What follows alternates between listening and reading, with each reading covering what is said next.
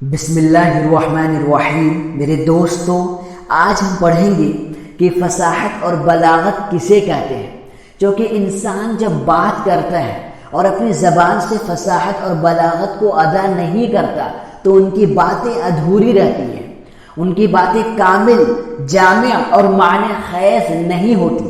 اس وجہ سے آج ہم اس کو جانیں گے کہ فصاحت کسے کہتے ہیں، بلاغت کسے کہتے ہیں، اور اپنی زندگی میں اس کو اتارنے کی کوشش کریں گے۔ تو دوستو، فصاحت کا لغوی معنی ہے خوش بیانی، خوش کلامی، شیریں کلامی، ظاہر اور صاف ہونا۔ اور اصطلاح میں فصاحت کہتے ہیں کہ الفاظ میں تنافر نہ ہو، یعنی ثقالت، گرانی اور کراہت نہ ہو۔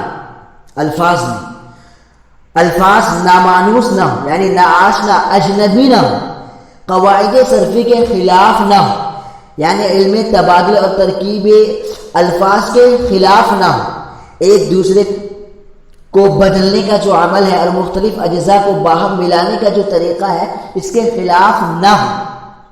اس کو اس طریقے سے سمجھیے کہ لفظ در حقیقت ایک قسم کی آواز ہے، اور چونکہ آواز میں بعض شیریں، دلاویز اور لطیف ہوتی ہے، جیسے طوطی اور بلبل کی آواز، اور بعض مکروہ اور ناگوار ہوتی ہے، جیسے کوے اور گدھے کی آواز۔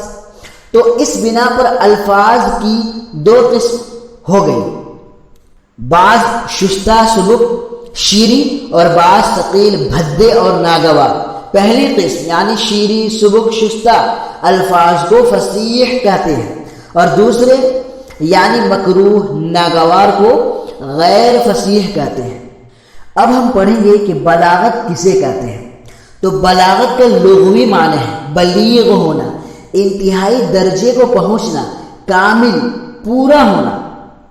اور اصطلاح میں بلاغت کہتے ہیں کہ کلمہ کے فصیح ہونے کے ساتھ ساتھ مقتضائے حال کے مطابق ہو، یعنی ایسا کلام جس میں مخاطب کے سامنے وہی نکات بیان کیے جائیں جو اسے پسند ہو، جو اس کو ناگوار محسوس ہوتے ہو ان کو حذف کر دیا جائے، زیادہ اہم باتوں کو پہلے بیان کیے جائیں اور کم اہمیت رکھنے والی باتوں کو بعد میں، نیز غیر ضروری باتوں کو نظر انداز کر دیے جائیں، اسے بلاغت کہتے ہیں۔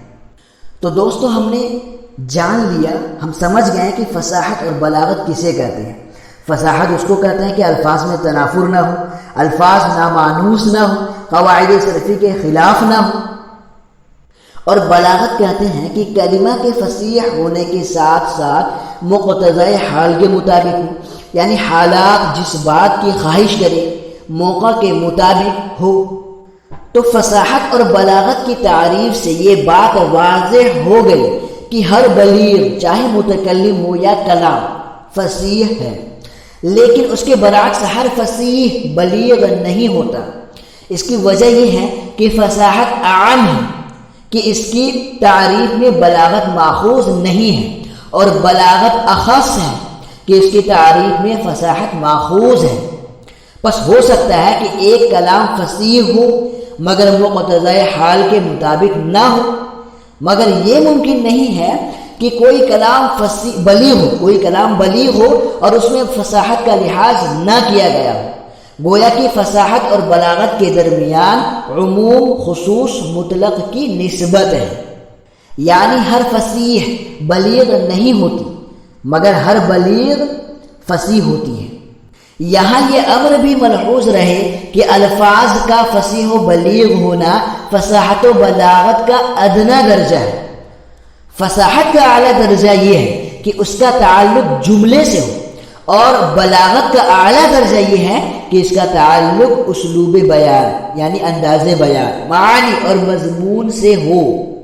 تو یہ بھی فصاحت اور بلاغت کے بارے میں کہ اگر ان کو ہم جان لیں گے اور ان کو اپنی زندگی میں اتار لیں گے تو ہم اپنے الفاظ کو فصیح اور بلیغ انداز میں اتار سکتے ہیں۔